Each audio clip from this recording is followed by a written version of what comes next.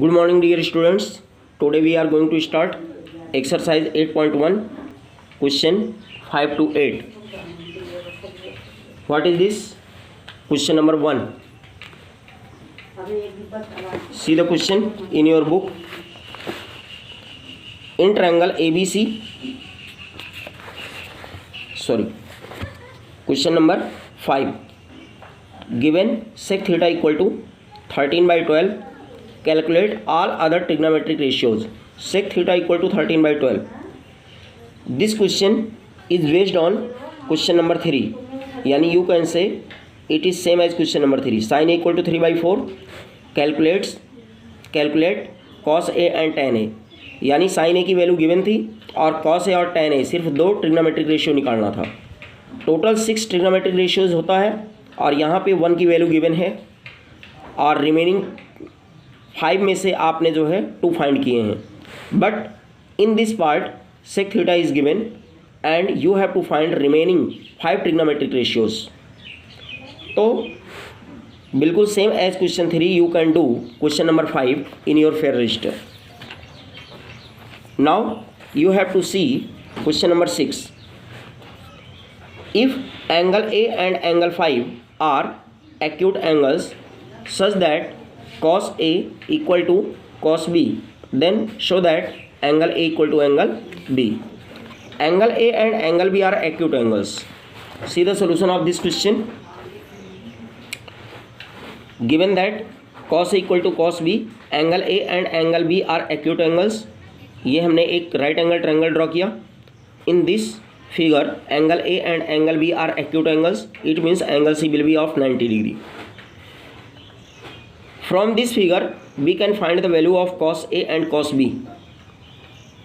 How we will find it? Cos A equal to base by hypotenuse. For this angle, base will be AC and hypotenuse will be AB. So AC by AB. Similarly, here cos B equal to base by hypotenuse equal to, for angle B, base will be BC and hypotenuse is AB. तो BC by AB. It is given that cos A equal to cos B. Now we have to put the value of cos A and cos B. तो cos A is AC by AB and cos B is BC by AB. AB cancel out. क्यों? AB इधर divide है, इधर जाएगा multiply होगा तो ये जो है न्यूमरेटर में होगा और ये डिनोमिनेटर में, तो it will B cancelled out. तो इस तरीके से आपका हमने यहाँ पे डायरेक्ट कैंसिल कर दिया. You can do it. तो AC इक्वल टू BC आ गया. implies that angle B equal to angle A. क्यों?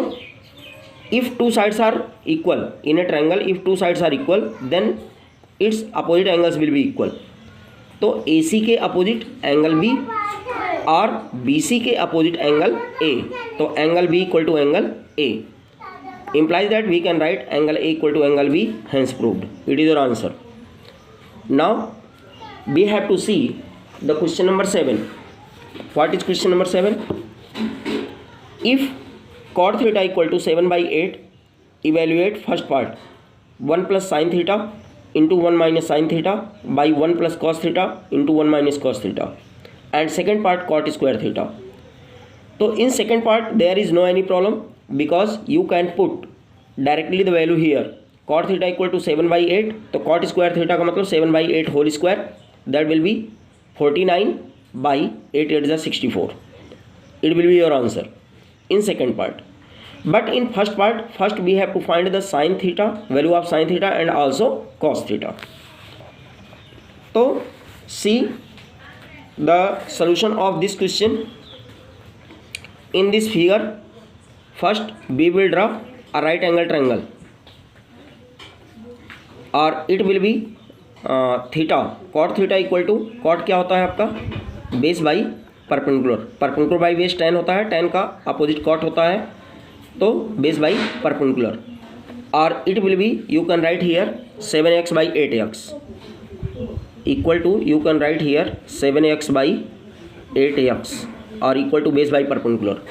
It means your base will be 7x and your perpendicular will be 8x or this angle will be theta because it is base and it is perpendicular. So now you can find the value of AC. Now you can find the value of sin theta, then you can find cos theta, and by putting the value of sin theta and cos theta in this part and by solving it, you can find the value of this. By this way you can solve it.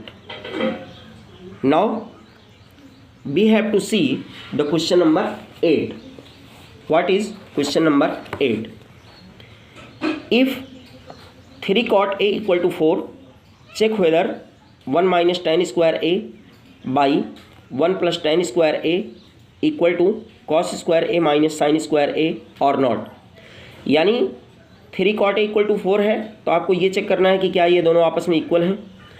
It means 3 cot A equal to 4 में first we have to do cot A equal to 4/3, और जब ऐसा हो गया तो we will find tan A, cos A and sin A.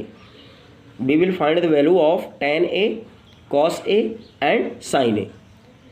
तो left hand side में tan A की वैल्यू पुट करनी है और राइट हैंड साइड में cos और sin की वैल्यू पुट करनी है, और then if both are equal then it is true, otherwise not true.